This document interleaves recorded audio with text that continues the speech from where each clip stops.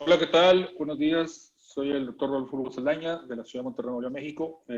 Gracias a la invitación a la doctora Nancy por, por su invitarme a este curso, a esta sociedad que la conozco bien. Tengo muy buenos amigos egresados del Hospital de Pemex y la verdad que es muy bueno y un honor para mí participar con ustedes. Hablar sobre indicaciones para la endoscopía del sueño, TICE o somnoendoscopía, y las variantes de esta herramienta de diagnóstico es algo que es apasionante, es algo muy divertido y espero que les guste. Como ya he dicho, yo soy de la ciudad de Monterrey, aquí es donde ejerzo desde 1999 y soy el profesor titular del curso de alta especialidad en desórdenes respiratorios del sueño y ritmología aplicada que llevo a cabo en mi hospital, que es del ISSSTE, en Monterrey, Nuevo León, el Hospital Constitución de nuestra ciudad. Estos son algunos de nuestros libros que hemos publicado sobre este tema, que es el manejo quirúrgico y médico de los desórdenes respiratorios del sueño. Está una de las ediciones en inglés y ediciones mismo en algunos de los libros de la Sociedad Española de Otorrinolaringología. Y ese es nuestro último libro, que es otro de las víctimas de la pandemia, porque tuvimos que parar la presentación del libro hasta este año, que lo vamos a presentar, que es un manual de procedimientos quirúrgicos en apnea del sueño y ronquido. La indicación número 1 de la endoscopía de sueño inducido es si la primera línea de tratamiento falla, en este caso un paciente con poco apego o muy poca adherencia al CPAP. Es una nasoendoscopía realizada bajo sedación, imitando lo más posible el sueño fisiológico para procurarnos alternativas realmente. No nada más pensar en cirugía, sino también alternativas terapéuticas que nos pueden ayudar a que este paciente le vaya bien en su tratamiento y en su problema. ¿Qué es una endoscopía de sueño? Pues realmente, como estaba mencionando, es imitar el sueño fisiológico bajo sedación, observar directamente el proceso dinámico del colapso de la vía aérea superior o los colapsos que encontremos en la vía aérea superior y planear las variadas soluciones que tenemos para ofrecerle a nuestro paciente. No es una idea nueva, realmente es algo que no es nuevo. Uno de los primeros reportes fue en el 78 con Borowicki, que hizo un reporte de una endoscopía bajo sueño normal. No menciona cómo logró no despertar al paciente, pero ahí está el resultado, está el reporte. Y Pringlecroft en Inglaterra, en 1990, reporta su técnica de endoscopía bajo sedación, en este caso utilizando midazolam. A partir de esas fechas, empezó a popularizarse la realización de una endoscopía de la vía aérea superior. Uno de los sedantes más comunes que utilizamos para este tipo de exploración es el propofol, el midazolam y la desmedetomidina, que es el Precedex. La verdad que esta técnica de exploración es una técnica anestésica, no puede ser una técnica puramente de otorrino. El otorrino es el que explora, pero el mantenimiento del plano de sedación es lo más importante. Realmente esta es una técnica anestesiológica. Debes de tener a un muy buen anestesiólogo a tu lado que sepa realmente lo que tú estás buscando en este paciente. Listo. Hay pacientes con apnea del sueño que los podemos dividir en tres grandes grupos. En tres clusters o tres grupos importantes de pacientes con apnea del sueño. El primer grupo, el 42% de ellos, un poquito menos de la mitad, es el paciente que tiene una sintomatología clásica de apnea del sueño, de alta sospecha clínica. Es un paciente que tú lo ves, llega el paciente al consultorio y te suelta todos los datos clínicos de una probable apnea del sueño. Es somnolencia diurna en exceso, se queda dormido manejando, le dice que ronca, tiene apneas atestiguadas. Todo clínicamente subjetivo y objetivamente el paciente es sospechoso de tener apnea del sueño. Ese es el 42% de los pacientes. Un segundo grupo, que es el 33% de los pacientes, es un paciente que se queja de no dormir bien. Puede llegar a tener somnolencia, pero lo más importante es que este paciente menciona que duerme mal. Puede estar delgado, puede estar un poquito más pesado, pero clínicamente el paciente dice que duerme mal, no se queja de otra cosa. Y el tercer grupo, que es el 25% de ellos, es el paciente que dice que no tiene nada. Todos los pacientes, todos los doctores que estamos viendo apnea del sueño, sabemos que ese es uno de los más complicados de manejar, porque es un paciente que dice que no tiene nada. Él viene porque su pareja de cama lo refiere por ronquido intenso. Él viene porque su pareja de cama le dice que tiene algún tipo de problema respiratorio en la noche porque lo ve que se ahoga, pero él no tiene ningún síntoma. Él llega y te dice, yo no tengo ningún problema, doctor, yo me siento muy bien, yo descanso súper bien, yo no tengo problemas de energía, yo no tengo ningún síntoma de lo que usted me puso en el cuestionario, cero de Epworth, cero cuestionario dirigido, y les hacemos el estudio y en ocasiones salen hasta graves. Entonces, este es uno de los grupos de pacientes en los cuales nos tenemos que enfocar, porque por lo general son los pacientes que son delgados, no son pesados, y que podemos ofrecer alternativas de tratamiento. ¿Qué variantes tenemos de endoscopía de sueño? Pues tenemos que ver qué estamos buscando en este paciente. ¿No? ¿Qué encontramos en una endoscopía de sueño? Diversas posiciones, preguntarle cuál es su posición ideal. Siempre hay que preguntarle al paciente cuál es su posición ideal para dormir. Así como tenemos nuestra manera de masticar de un lado favorito, tenemos nuestra manera de dormir favorita. Entonces tenemos que pensar de qué lado duerme el paciente, cuál es su posición favorita al dormir. Si este paciente tiene una intolerancia al CPAP, tiene una falla o un uso subóptimo de CPAP, podemos pensar en una somnoendoscopía con CPAP. Si este paciente no acepta el CPAP, pero le tiene un poco de temor a la cirugía y podemos ver que tiene posibilidad de éxito con un dispositivo de avance mandibular, podemos hacer una somnoendoscopía con titulación de dispositivo de avance mandibular. O si encontramos que el paciente tiene un problema nasal, podemos aprovechar que lo vamos a hacer un procedimiento nasoturbinal que aparte tiene apnea, podemos realizarle una endoscopía de sueño, una somnoendoscopía, antes de su cirugía de nariz. Y así podemos guardar la grabación de nuestra endoscopía de sueño y en un segundo tiempo, si ya vamos a pensar en cirugía faringe o cirugía de lengua o cirugía del aviario superior en todas sus variantes, podemos regresar a la endoscopía e irnos con un poquito más de datos clínicos para saber qué es lo que le vamos a ofrecer a este paciente. Entonces, hay dos tipos de pacientes que no toleran el CPAP. Tenemos que dividir eso porque una de las indicaciones del DICE es la no tolerancia al CPAP, la falta de adherencia. Pero hay dos tipos de pacientes. El paciente que tiene un uso subóptimo de CPAP, pero sí lo acepta. O sea, el paciente dice, doctor, sí quiero usarlo. De hecho, lo compré, pero no me está funcionando tan bien. Ese es un uso subóptimo del CPAP. Y el otro paciente es el paciente que, aunque le funcione bien el CPAP, no lo quiere usar.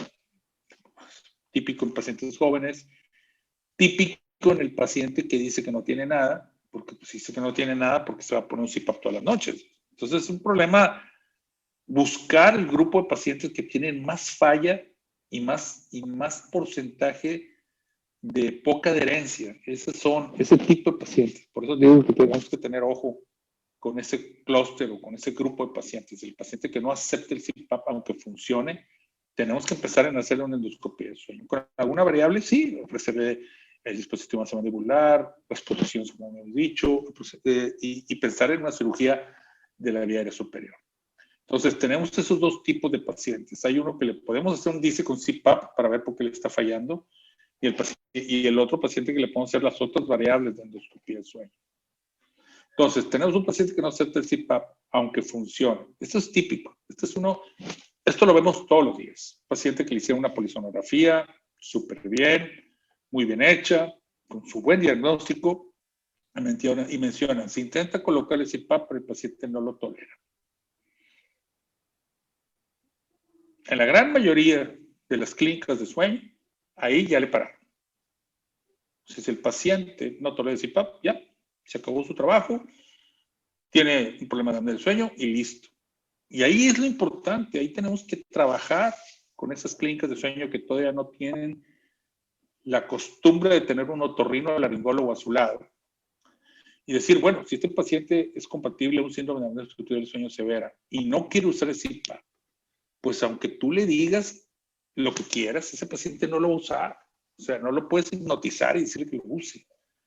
Puedes mandar al psicólogo, puedes echarle un rollo de 1 hora explicándole los riesgos de la apnea del sueño, pero si el paciente no lo quiere usar, está complicado. Entonces, en este tipo de pacientes que no aceptan el CPAP aunque funcione, tenemos que ver otro tipo de alternativas y es donde entra la endoscopia de sueño.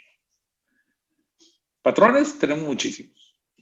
Tenemos muchísimos, como el patrón concéntrico con un manejo de flóter palatino intenso en la línea media. Tenemos la obstrucción lateral, como en este paciente, con un manejo de las paredes laterales inferiores intenso. Tenemos otra obstrucción lateral, pero con una, si se fijan, es un poquito más como en esfínter. No hay alteración hacia la zona glótica, sino solo es arriba. Es como un cierre esfinteriano lateral. Eso es ideal para hacer algún tipo de cirugía de recolocación de músculo palatofaringeo, como la recolocación del Lee. La obstrucción lateral completa. Vean esta obstrucción lateral que hasta presiona la epiglotis. Vean cómo la epiglotis también se presiona por el manejo de las paredes laterales, aunque viendo bien, también hay un complejo ahí intrínseco de la epiglotis, lateral, o un concéntrico, total, en pura apnea. Vean este paciente que entra en obstrucción y está apneico. Ahí está, totalmente contraído en un patrón concéntrico. Es complicado de manejar. Las últimas técnicas faríngeas como la alianza con suturas barbadas nos está dando buenos resultados en patrones concéntricos. Otro AP con un manejo intenso de la pared lateral, de la pared anterior. Vean cómo la úvula está haciendo un colapso total.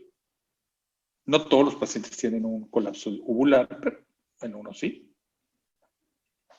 Y el AP completo con una vibración y un flóter palatino intenso con un cierre epiglótico inferior. O sea, cada paciente es diferente. Sinceramente, todos sabemos que cada paciente es diferente. Es como si quisiéramos operar a todos los oídos iguales, todas las narices iguales, como si fuera una receta de cocina. Cada paciente tiene variables. No todos los colesteatomas son iguales.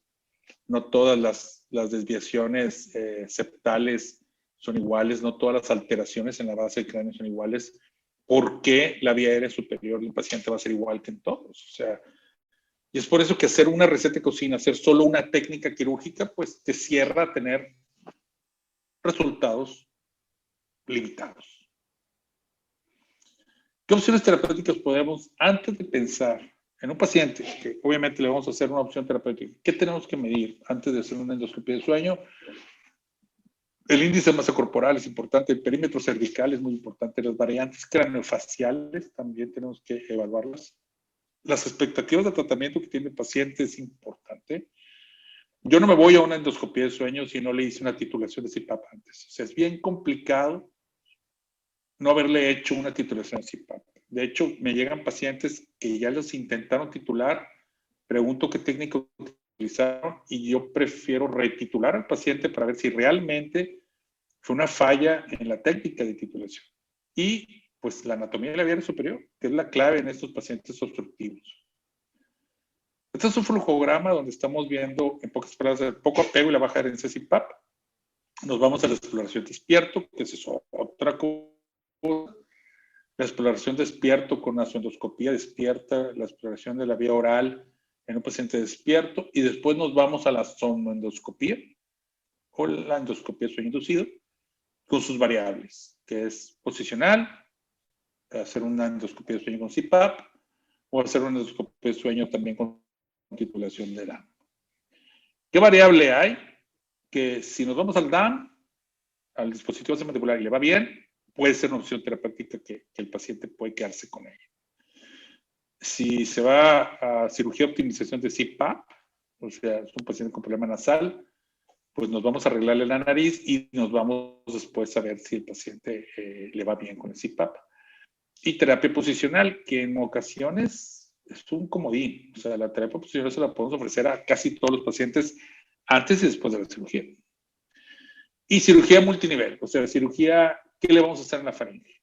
Desde la cirugía de amígdalas, cirugía de paladar, cirugía de faringe, cirugía base lengua y cirugía de epiglotis.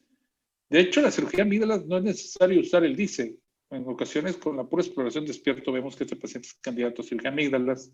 Y si no tiene otros factores de obstrucción a simple vista o, o en la exploración despierto, podemos pensar que un paciente con un Friedman 1 podemos operarlo y realizarle una buena solución a su problema obstructivo. Este es un video comparativo entre dos maniobras que hacemos en un paciente despierto. Es el ronquido simulado, su lado izquierdo, y la maniobra de Müller del lado derecho. Vean la variable, o sea, cuando hacemos ronquido simulado, el manejo es muy anteroposterior. Cuando le pedimos al paciente que haga la maniobra de Müller, el manejo es mucho de la pared lateral, para ver el tono muscular de la pared lateral. Mismo, haga un ronquido de nuevo. Perfecto. Otra vez. Ya. Emite un ronquido. Perfecto. Boca cerrada. Ustedes pueden ver, cuando nosotros le pedimos al paciente que imite ronquido, se hace mucho el flóter palatino y se hace una obstrucción AP. Cuando le pedimos al paciente que haga maniobra de Müller, lo que se colapsa o lo que vemos es el tono muscular de la pared lateral. Realmente para eso lo utilizo. Antes de la maniobra de Müller era para saber si se operaba o no se operaba el paciente, pero pues es algo muy subjetivo, pero podemos utilizarlas en la endoscopía despierto. Y este es un comparativo entre un paciente, el mismo paciente, la exploración despierto y su exploración bajo sueño inducido, para que vean las variables que podemos encontrar.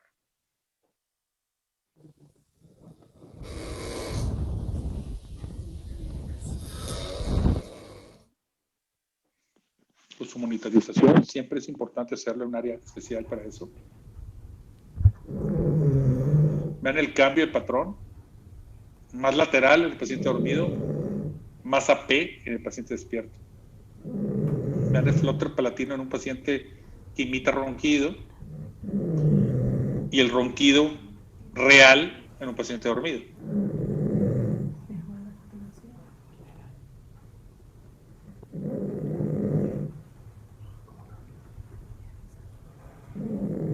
Vean la pared lateral completa en el paciente dormido y nada de manejo de la úvula. Y cuando le pedimos al paciente que imite ronquido despierto, la úvula parece que tiene mucho papel. Creo que es la causa de por qué antes se pensaba que cortando la campanilla iba a solucionar el problema. Algo que sabemos actualmente que no es tan adecuado hacerlo.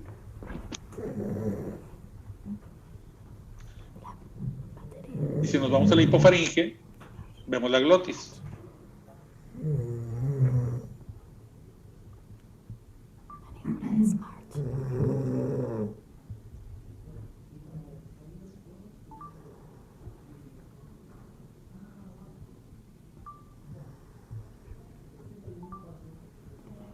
Aquí lo que queremos es que ustedes vean la gran variable entre un paciente despierto y dormido. El cambio muchas veces es en el patrón obstructivo en la faringe y segundo, abajo, en la hipofaringe. El complejo obstructivo que puede haber en la glotis o en la epiglotis, ¿verdad? Entonces vamos a empezar con algunas variables que encontramos en las endoscopías de sueño. ¿Qué le voy a hacer a este paciente? Es un paciente que le vamos a hacer un DICE simple. Podemos. Empezamos en la primera posición, que es de cúbito supino. Podemos pasarnos a otras posiciones. Vamos a dar este ejemplo de este video. De cúbito supino.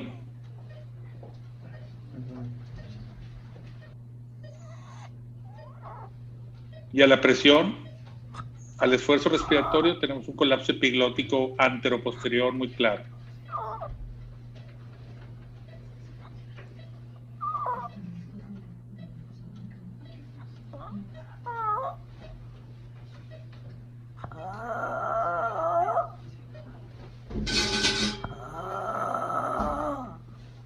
este mismo paciente le colocamos un dispositivo avance mandibular. La literatura médica dice que la gran mayoría de los colapsos epiglóticos anteriores, si tú le haces terapia posicional o le colocas un dispositivo avance mandibular, hay una corrección del colapso epiglótico. Por eso quiero que vean en este mismo paciente que en decúbito supino tenía un colapso epiglótico intenso, ver cómo se comporta con un dispositivo avance mandibular, con nuestros odontólogos, nuestros socios odontólogos que trabajan con nosotros, le colocan un dispositivo de 9 milímetros con una apertura de 7 para ver si esto ayuda a corregir este epiglotis. Un poquito. Vamos a esperar un poco. Pero ahí está con 7 milímetros de protrusión. Es que máximo es de 10. Claro, es que no, está con 7 de protrusión, pero es que no lo sujeta bien. Sí, pero O sea, con eso estamos con 7 milímetros. Entonces vamos a ver su inspiración. Mejora, podemos ver que mejora el paso del aire. Vale, 7 milímetros. Mejora bastante en AP. La lengua también. Y vean ese epiglotis. Y le pongo así igual hacia la epiglotis. Con el avance de esos milímetros cambia el patrón obstructivo en el epiglotis. Posicional, la literatura dice que los colapsos epiglóticos se pueden corregir con posiciones. Este paciente corregía muy bien el lado izquierdo. Vamos a hacerle las dos posiciones, el lado derecho y el lado izquierdo, viendo su oximetría, oyendo su ruido, su ronquido y viendo su hipofaringe. Y en este caso vimos que era uno de los factores importantes de obstrucción en esta endoscopía de sueño.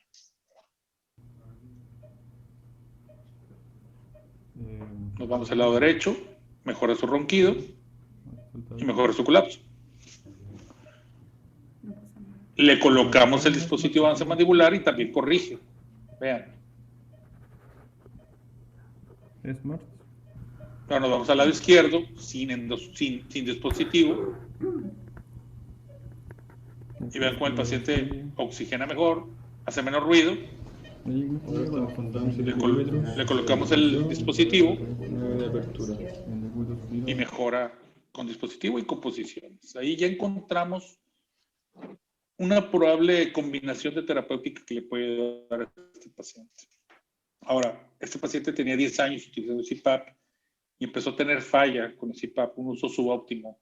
Entonces, por eso decidimos hacer un DISE con CPAP también. En la última parte del DISE, le colocamos su CPAP, que lo usaba a 7 centímetros de agua en la mayoría del tiempo. Y se quejaba de ahogo nocturno, que se lo quitaba. Vean, ahí está con el CPAP, está tratando de romper la apnea. Pero a los pocos minutos de uso, vean su laringe.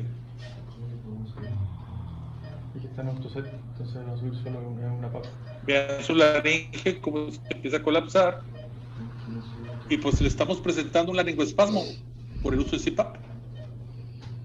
Ahí está espasmado completamente la vía superior. Está cerrado. Empieza a bajar la saturación. Y se empieza a ahogar el paciente.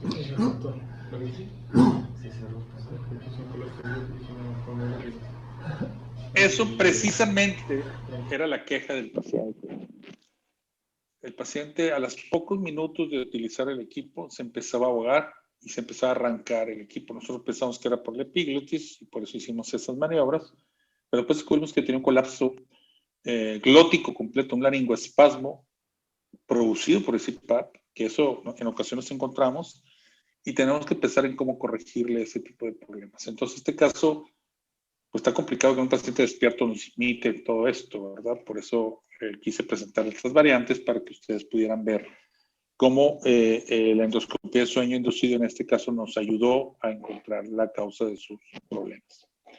Entonces, si nosotros tenemos un paciente con poco apego y baja adherencia CPAP, podemos pensar en una titulación también de dispositivo avance mandibular, como ustedes lo estaban viendo. El dispositivo avance mandibular más terapia miofuncional, que es una de las cosas que también nosotros estamos realizando a los pacientes, sugiriéndole la terapia miofuncional, también un comodín parecido a la terapia posicional, es hacer un tipo de ejercicios sistematizados de la vía aérea superior para que el tono muscular tenga un poquito mayor resistencia a la vibración y el paciente tenga un poquito menos de colapso. Antes de empezar la cirugía de sueño podemos hacer una sonoscopía, una titulación de DAM. Si el paciente le va bien con el dispositivo mandibular, el DAM, podemos regresarnos a un estudio de sueño para ver si le funciona. Vemos que ya no tiene apnea del sueño o mejorado más del 50% de sus parámetros, podemos dejarlo así y evaluarlo y seguir un seguimiento al determinado número de meses con un estudio de sueño. Si el paciente, a pesar del uso del dispositivo mandibular, sigue teniendo apnea obstructiva del sueño, tenemos que ver qué encontramos en la endoscopia del sueño previa para sugerirle cirugía correctiva, en este caso de tejidos blandos. Por ejemplo, aquí estamos enseñando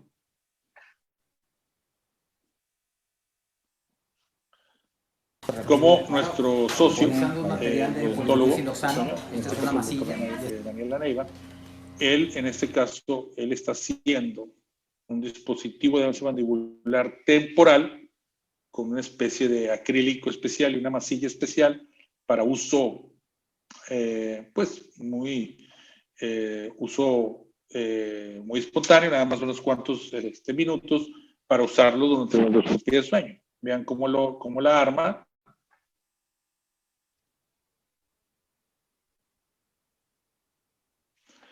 Después le coloca. Estamos utilizando un material de polidilsiloxano. Esta es una masilla.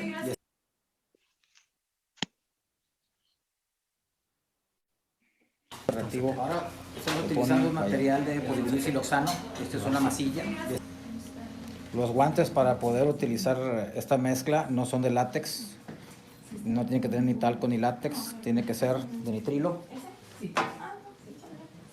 Te voy a poner este tenedor y vas a morder como yo te diga, como siempre mordiste, pero no tienes que roncar. Va a tardar 2 minutos y medio, vas a sentir mucha salivación. Tú puedes salivar, ¿ok? No pasa nada. Mientras no te muevas, tú salivas lo que quieres. Es agua, es tu saliva, ¿no? Esto no desprende ningún sabor o algún material tóxico, para nada. De hecho, es material dental. Y después se le coloca el paciente. Aquí estamos haciendo la colocación del dispositivo ya con la medición previa que se le hace despierto al paciente. Y en la segunda parte de la endoscopia del sueño, nosotros vemos si hay una variable a nivel oxigenación, a nivel ronquido y a nivel parámetros respiratorios con o sin el dispositivo mandibular. Por ejemplo, aquí pueden ver Intrusión, 5 milímetros de dimensión vertical. Vean la diferencia. Saturando 94%. En la imagen del lado izquierdo, sin el DAM, con el DAM, y en la derecha, sin el DAM. Vean cómo se obstruye más, tiene más ruido y le baja la oxigenación.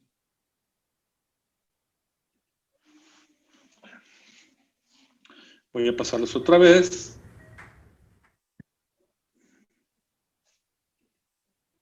Intrusión, 5 milímetros de dimensión vertical.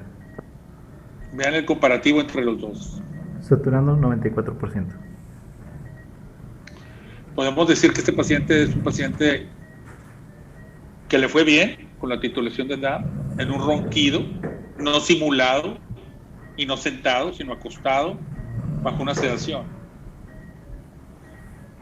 Y vemos que su oxígeno se mantuvo arriba y ya no hizo tanto ruido como lo estaba haciendo sin el DAM, en la primera parte de la endoscopia de sueño. Esto es bien importante evaluarlo para poder saber si el paciente se puede ir a esta terapéutica, a esta titulación con DAM y con más seguridad de tener éxito, ¿verdad?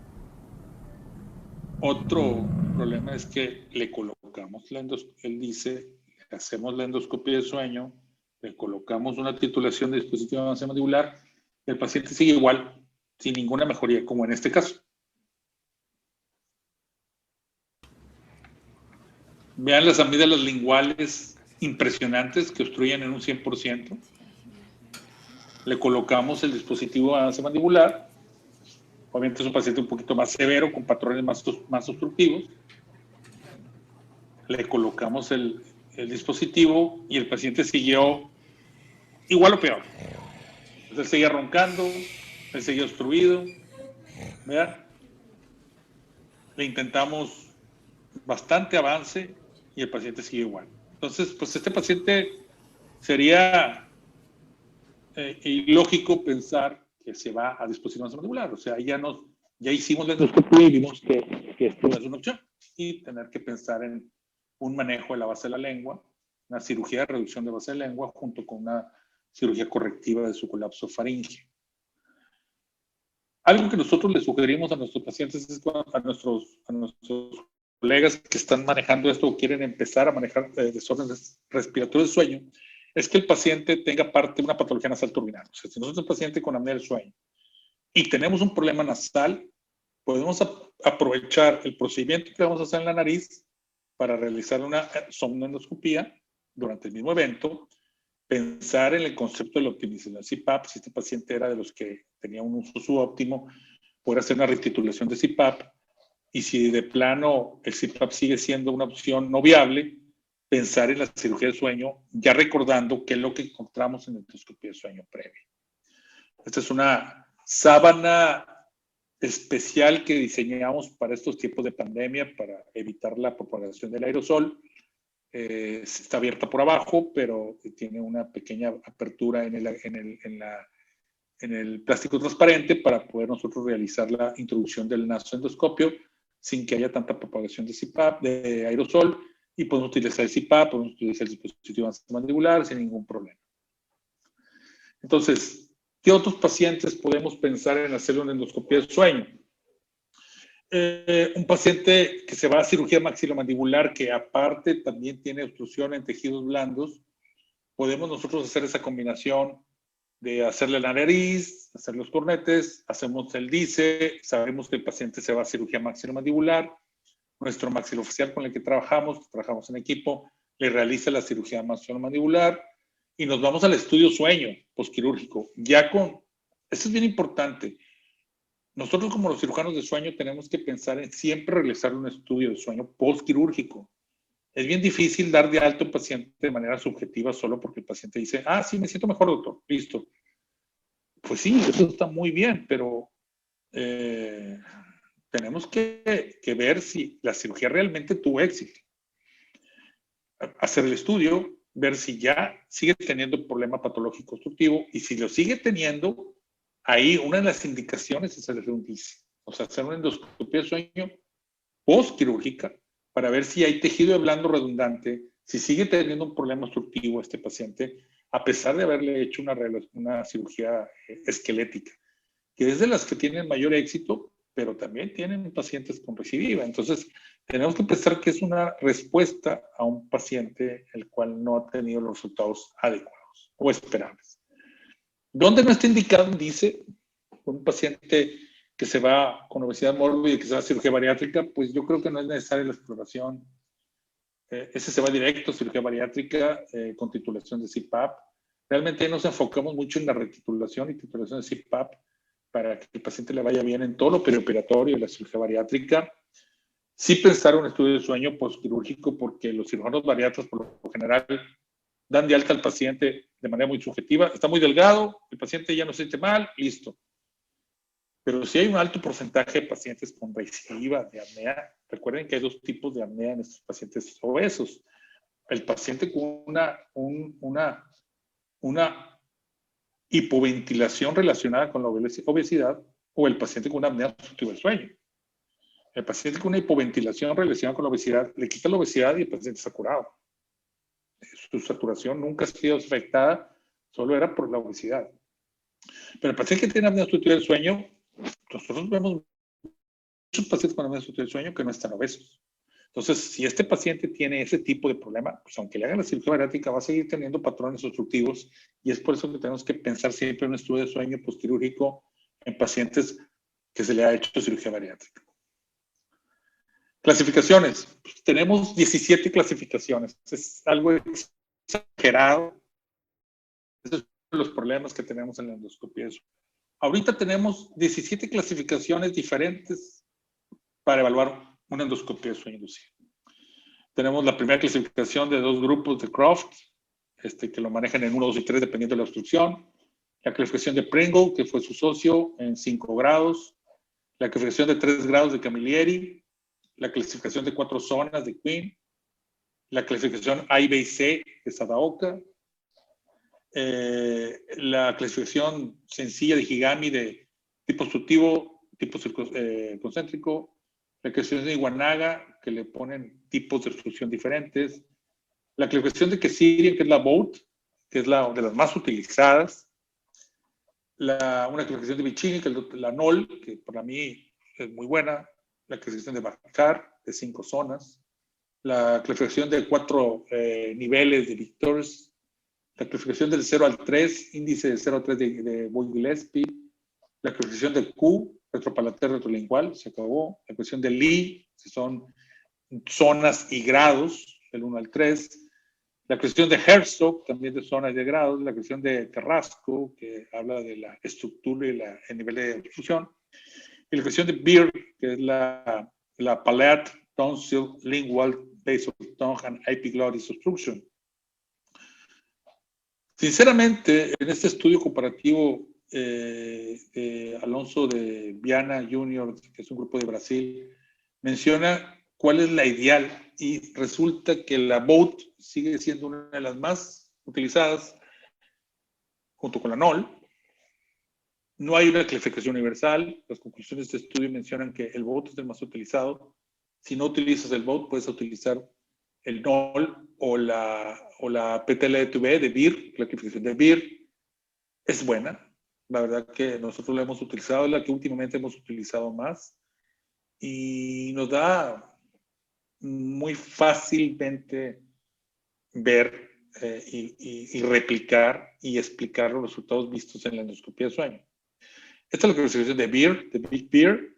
Se maneja por nivel, el paladar.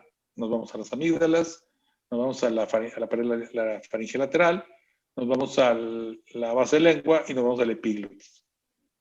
Sinceramente, se maneja de 0 al 2 las obstrucciones, si es una que no tiene obstrucción, si tiene una obstrucción parcial, una obstrucción completa, muy sencilla. Este estudio es sobre si nos cambia la selección, o sea, si el DICE nos cambia nuestra selección quirúrgica. Es un estudio en el cual yo participé con el grupo de Stanford y un grupo de Corea y de Portugal, en donde estamos viendo si el comparativo entre una endoscopia despierto y un DICE nos hace cambiar nuestra selección quirúrgica. En lo personal, sí me lo hace cambiar. Nuestra conclusión fue que sí, aunque no tenemos tantos artículos que mencionan que esto es para bien, porque es complicado tener un comparativo entre los pacientes de apnea del sueño y que sean parecidos. Estamos viendo que los pacientes no son parecidos y uno de los problemas que tenemos es eso, los comparativos. Por ejemplo, en este estudio, Dr. Xu dicen y de Ofer Jakobowitz de Nueva York, me preguntan si la endoscopia de sueño y su correlación, dependiendo de su estadio que encontramos, tiene resultados con las faringoplastías avanzadas de la apnea del sueño. El único problema es que en este estudio utilizaron la faringoplastía lateral versión 1, que la describió el doctor Cajal en el 2004 y que ya realmente ya ni la hace él. Ya estamos en la versión 6. Así que yo creo que eso fue una de las cosas que sesgaron este estudio, porque mencionaron que los resultados no fueron tan buenos haciendo la correlación. Hablan del porcentaje de éxito, dependiendo si es circunferencial, si es otro tipo de obstrucción, aumenta un poco el éxito. Obviamente, ¿por qué? Porque yo, la verdad, pienso que están utilizando una técnica diferente. En otro estudio que mencionan en este artículo, dicen, en otro estudio sobre DICE, Blumen dice que los resultados para ver si cambia el éxito son iguales, pero en este caso utilizaron la ulopalatofaringoplastía, que es una técnica quirúrgica muy antigua que tiene un 50% de éxito. O sea, sinceramente, yo creo que también el sesgo en este artículo es esto. Están hablando de colapso concéntrico, que son los colapsos más complicados de manejar, en el cual la faringoplastia lateral tipo 1 no tiene tan buenos resultados. Y también estamos utilizando la ubulopalatofaringoplastia, que es una de las técnicas que pues, realmente ya no utilizamos. Entonces, estoy viendo que estos estudios donde dicen si mejora el resultado, pues también hay que pensar en qué técnica quiero utilizar, ¿verdad? Ahora, hay otro estudio, vamos a ver de Blumen, el de Marc de París. Marc Blumen es un otorrino cirujano de sueño de París, que es una excelente persona y un muy buen cirujano. Menciona sobre la obstrucción visualizada en la endoscopía de sueño, que si realmente es creíble encontrar el tratar de operar a todos estos pacientes, ¿verdad? Aquí el único problema, y es lo que estoy comentando, es que en este estudio no utilizaron la endoscopía de sueño para seleccionar el tratamiento. O sea, estos pacientes ya se les iba a hacer un ubulopalatofaringoplastia, la técnica antigua, independientemente de que encontraran en el resultado de la endoscopía de sueño. Pues si estamos hablando que es valioso tratar pues, la obstrucción, pues en este estudio es un poquito sesgado porque nada más están utilizándolo no para seleccionar el tratamiento, sino para ver qué tipo de obstrucción tenga. Y obviamente el ubulopalatofaringoplastia, que tiene un 50% de falla, pues iba a seguir teniendo un 50% de falla. Entonces los resultados iban a ser iguales a lo que son la ubulopalatofaringoplastia. Y otra cosa es que en este paciente, en este estudio, hicieron una técnica de endoscopía de sueño con altas dosis de propofol, el cual el propofol sabemos que tiene algunos efectos en el ritmo respiratorio y que realmente es una técnica, es un anestésico que pues, el paciente puede estar sobresedado sin ningún problema. Entonces, menciona, no podemos ser tan sobreoptimistas tratando a todo lo que encontramos basado en un estudio en el cual no le hicieron nada a los pacientes. Pues, es que si no le hicieron nada al paciente, pues no vamos a encontrar un buen resultado. Por eso le digo que, aunque hay muchos estudios que dicen que la endoscopía de sueño no funciona, lo que pasa es que es bien complicado encontrar un estudio de sueño con la misma técnica, con la misma duración de la endoscopía y con la misma manera de pensar al cual le hicieron la endoscopía de sueño. Ese es uno de los problemas que encontramos en este tipo de controversia. En conclusiones, a los pacientes de endoscopía de sueño, ¿a quién se los vamos a indicar? Primero se requiere una calificación universal, se requiere en un paciente que no tolere CPAP y que podamos encontrarle variables anatómicas ideales para poder ofrecerle un tratamiento, no nada más quirúrgico, sino alternativas terapéuticas que tengamos. Usar el sedante que más se adapte a sus circunstancias. Ahí tu anestesiólogo es el que debe saber qué utilizar. Yo me voy mucho a una sala de endoscopía donde hago esta exploración. Utilizo mucho la desmetomedina, aunque también utilizo el propofol. Mi anestesiólogo sabe en quién utilizar este paciente, en qué utilizar este sedante y en quién no. Para mí es mucho más seguro usar la desmetomedina. Es un poquito más tardado, pero ninguna sala de endoscopía nos la rentan por menos de una hora. Entonces tenemos una hora para poder explorar al paciente. Invitamos a nuestro odontólogo, le colocamos el CPAP, le ponemos posiciones. Tenemos una hora para saber qué ofrecerle a este paciente. Entonces, nosotros lo podemos utilizar como un auxiliar para poder seleccionar una alternativa terapéutica en este paciente. Estos son mis datos de contacto, mi correo electrónico. Los invitamos a la Sociedad Iberoamericana de Cirugía del Sueño. Es una sociedad recién formada, tiene un año de formada. Está conformada por cirujanos de sueño, en especial otorrinolaringólogos de España, de Portugal, de Iberoamérica, de Estados Unidos, de México, toda Latinoamérica, todo Centroamérica y el Caribe, Brasil, Argentina. Los esperamos. Los que tengan interés, ahí está la página de internet, nos pueden contactar para poder empezar a tener un poquito mayor actualización en esta área y participar con nosotros en los eventos académicos. Y muchas gracias por su invitación y espero que les haya gustado. Y un saludo a todos mis amigos de la Sociedad Pelayo Vilar Puig del Hospital de Pemex. Muchas gracias y espero verlos pronto personalmente y saludarlos.